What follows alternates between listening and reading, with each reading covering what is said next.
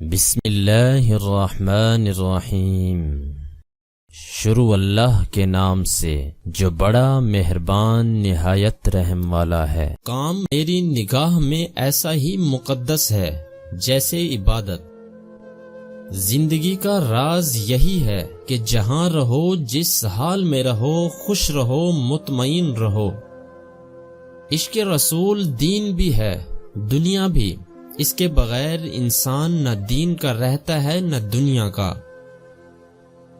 قلب کی فطرت ہی ایسی ہے کہ وہ محبت سے رام ہو سکتا ہے، مخالفت اور عداوت سے نہیں۔ مصیبت ایک عطیہ خداوندی ہے تاکہ انسان پوری زندگی کا مشاہدہ کر لے۔ علم کی جستجو جس رنگ میں بھی کی جائے، عبادت ہی کی ایک شکل ہے۔ مہمان نوازی پیغمبروں کا خاصہ ہے اور فقر کی پہلی منزل کسب حلال ہے۔ مسلمان کے لیے جائے پناہ صرف قرآن پاک ہے۔ قرآن پاک کو صرف پڑھا نہ کرو، سمجھا بھی کرو۔ مذہبی زندگی تین قسم کے ادوار سے گزرتی ہے۔ اول، ایمان، جہاں انسان ہر چیز کو بے دلیل لیتا ہے۔ دوم، دور فکر۔ سوم، معرفت۔ انسان قدر مختار ہے، قدر مجبور، لیکن جب اس ہستی کی طرف چلا جو کاملہ مختار ہے تو زندان جبر سے آزاد ہو جاتا ہے۔ عالم قلم پر چلتا ہے اور صوفی قدم پر۔ فکر و وجدان ایک دوسرے کی ضد نہیں، ان دونوں کا سر چشمہ ایک ہے۔ قطرہ سمندر میں مل کر فنا ہو جاتا ہے اور میں قطرہ رہبر سمندر بننا چاہتا ہوں۔ زندگی وہ فرحت ہے جس میں خودی کو عمل کے بے شمار مواقع ملتے ہیں۔ موت اس کا پہلا امتحان ہے، یہ دیکھنے کے لیے کہ اسے اپنے اعمال کی شرازہ بندی میں کتنی کامیابی ہوئی۔ ہماری بیوی ہمارے ایمان کی حفاظت کا ذریعہ ہے، اس کے لیے ہمیں بھی اپنی عورتوں کو شادی اور دیگر محافل میں بھی بے پردہ نشر نہ کر کے ان کے ایمان کی حفاظت کرنی چاہیے۔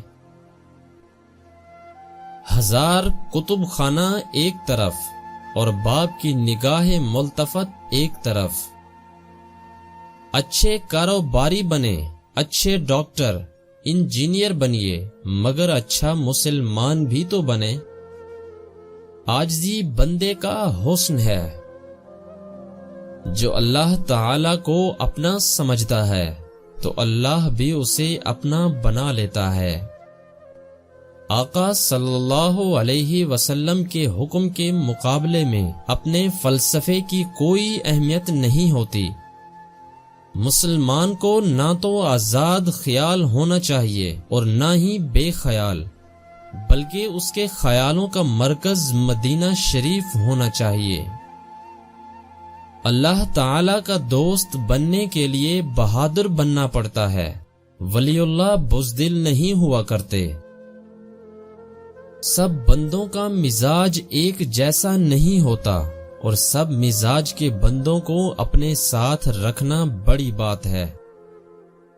زیادہ قسمیں کھانے والے پر اعتبار نہیں کرنا چاہیے۔ اگر ہم نمازی ہیں اور ہمارا دوست بے نمازی ہے تو ہمیں اپنے دوست کو نمازی بنانے کی فکر لگ جانی چاہیے، ورنہ یہ دوستی نہیں بلکہ مفاد پرستی ہے۔ حافظ قرآن عمر میں چھوٹا ہو یا بڑا، اس کا ادب کیا کرو۔ جو غصے سے سنتا ہے وہ بات کو سمجھ نہیں سکتا، اور جو غصے سے سمجھائے گا وہ بات سمجھا نہیں سکتا۔ محبت، بس محبت۔ کتاب پڑھنے کا نام علم نہیں ہوتا، بلکہ کتاب سمجھنے کا نام علم ہوتا ہے۔ عزت کمانے کے لیے بڑی محنت کرنی پڑتی ہے، جبکہ ذلت ایک ہی لمحے میں مل جاتی ہے۔ جھوٹ بولنے والے کے ساتھ بحث نہیں ہوتی۔ ہر چیز محنت سے مل سکتی ہے، حتیٰ کہ ولایت بھی، مگر نبوت محنت سے بھی نہیں مل سکتی۔ آقا صلی اللہ علیہ وآلہ وسلم کے بعد کوئی نبی نہیں۔ گھر میں جس مرتبے کا بھی مہمان آئے، نماز کے وقت اسے بھی مسجد لے کر جانا چاہیے، شرمانا نہیں چاہیے۔ اگر آپ دین اسلام کا پرچار نہیں کریں گے تو پھر ناچنے والے آپ کے سر پر چڑھ کر ناچیں گے۔ رب سب کی سنتا ہے مگر سب کی مانتا نہیں۔